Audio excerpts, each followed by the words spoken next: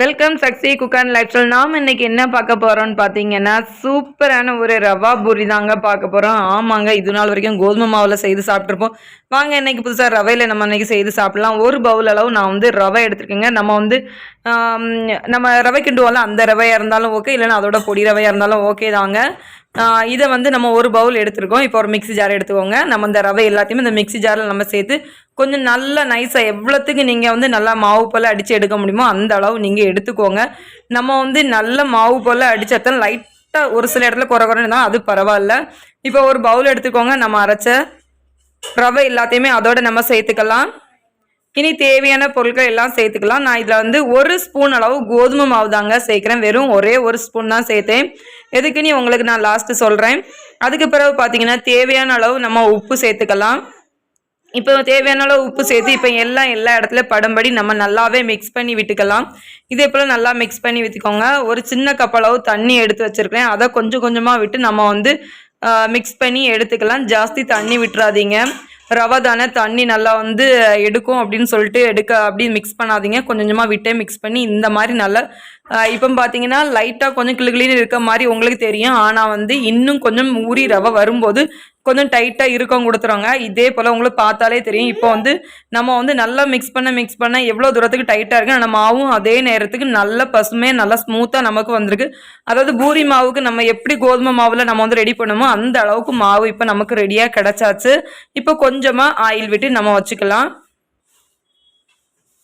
இது ஒரு 10 நிமிஷம் லைட்டாக கொஞ்சம் ஊறி வரட்டும்.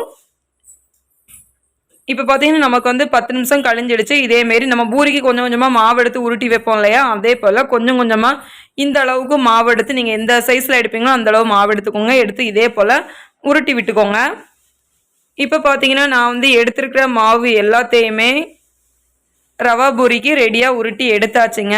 இப்போ வந்து பூரி தேய்க்கிற கல்லோ இல்லை சப்பா தேய்க்கிற கல்லோ உங்களுக்கு எதில் பண்ணுவீங்களோ நீங்கள் அதை எடுத்துக்கோங்க. கொஞ்சமாக ஆயில் விட்டுக்கோங்க. நல்லா வந்து தேய்ச்சி விட்டுக்கோங்க. ஒரு உருண்டை மாவு எடுத்துக்கோங்க. இதே போல் இனி நம்ம பூரிக்கு அமுக்குவோம் இல்லையா, அதே போல் தாங்க. இப்போ பார்த்தீங்கன்னா தெரியும் எவ்வளோ அழகாக நமக்கு வந்து நல்லா விரிஞ்சு வருதுன்னு உங்களுக்கே தெரியும். பார்க்குறதுக்கு யாருமே ரவா பூரின்னு சொல்ல மாட்டாங்க. அப்படி ஒரு பியூர் ஒயிட் கலர்லேயும் இருக்குங்க. இப்போ நம்ம எல்லாத்தையுமே தேய்ச்சி முடிச்சாச்சு. இதே போல் பிளேட்டில் எல்லாத்தையுமே வரிசையாக எடுத்து வச்சுக்கலாம். அப்போ தான் நமக்கு வந்து பண்ணுறதுக்கு ஈஸியாக இருக்கும். ரவா பூரிக்கு இந்த அளவு தேய்ச்சி எடுத்துவோம். பார்த்தீங்கன்னா அச்சு அசல் நம்ம வந்து கோதுமை மாவில் பண்ணுறது போலவே இருக்கும். எதுக்கு நான் வந்து ஒரு ஸ்பூன் அளவு கோதுமை மாவு சேர்த்தேன்னா ஓரங்கள் வந்து எந்த ஒரு வெடிப்பும் வராமல் இருக்கிறதுக்காக தான் நான் வந்து ஒரு ஸ்பூன் கோதுமை மாவு நான் சேர்த்தேங்க. இப்போ நமக்கு ஆயில் நல்லா சூடாயிடுச்சு. நம்ம வந்து எடுத்து வச்சு ஒவ்வொரு பூரியாக போட்டு இதே போல் நம்ம நல்லா பொரிச்சு எடுத்துக்கலாங்க. ரவா பூரி எவ்வளோ அழகாக மேலே எலும்பி வரணும்னு பார்த்தீங்கன்னா உங்களுக்கே தெரியும். கோதுமை மாவில் தான் நம்ம 1 டேபிள் ஸ்பூன் ரவை போட்டு நம்ம செய்வோம். இப்போ பார்த்தீங்கன்னா நம்ம ரவையே வச்சு தான் நம்ம பூரி செய்திருக்கோம். பார்த்தா உங்களுக்கே தெரியும் எவ்வளோ அழகாக நீட்டாக மேலே எலும்பி வந்திருக்குன்னு பார்த்தா உங்களுக்கே தெரியும். சூப்பராக வந்திருக்கு. மீதி இருக்கிற மாவு எல்லாத்தையுமே இதே போல் நம்ம வந்து பூரி போட்டு நம்ம வந்து ரெடி பண்ணி எடுத்துக்கலாம். நல்ல உப்பி வரங்க. பார்த்தீங்களா எவ்வளோ அழகாக நல்லா உப்பி வந்திருக்குதுன்னு. இது வந்து ஒரு மணி நேரத்துக்குனால அந்த பூரி உப்பி வந்து அந்த அளவுக்கே நமக்கு இருக்குங்க. பார்த்தீங்கன்னா உங்களுக்கே தெரியும் எவ்வளோ அழகாக வந்து ரவை பூரி நம்ம ரெடி பண்ணி எடுத்துரும். கோதுமை மாவு இல்லாத நேரத்தில் குழந்தைங்க பூரி கேட்டாங்கன்னா சட்டுனே ரவை வச்சு இதே போல் நீங்கள் வந்து ரெடி பண்ணி கொடுங்க. குழந்தைங்க விரும்பி சாப்பிடுவாங்க. இதில் ரொம்ப ஒன்றும் வித்தியாசம் நமக்கு தெரியவே செய்யாதுங்க. பார்த்தீங்கன்னா நம்ம பிச்சு எடுக்கும்போது அது அவ்வளோ ஸ்மூத்தாகவும் இருக்கும். பாருங்கள் எவ்வளோ அழகாக மேலே எலும்பி வந்திருக்கு. இதுக்கு நம்ம சோடா எதுவுமே சேர்க்கலாங்க. வெறும் தண்ணி, உப்பு, ரவை மாவு, 1 டேபிள் ஸ்பூன் கோதுமை இவ்வளோ தான் நம்ம சேர்த்துருந்தோம். பாருங்கள் எவ்வளோ அழகாக ஸ்மூத்தாக பிஞ்சு எவ்வளோ அழகாக லேயராக நமக்கு கிடச்சிருந்து. இதே போல் உங்கள் வீட்டில் நீங்களும் செய்து கமெண்ட் பண்ணுங்கள்.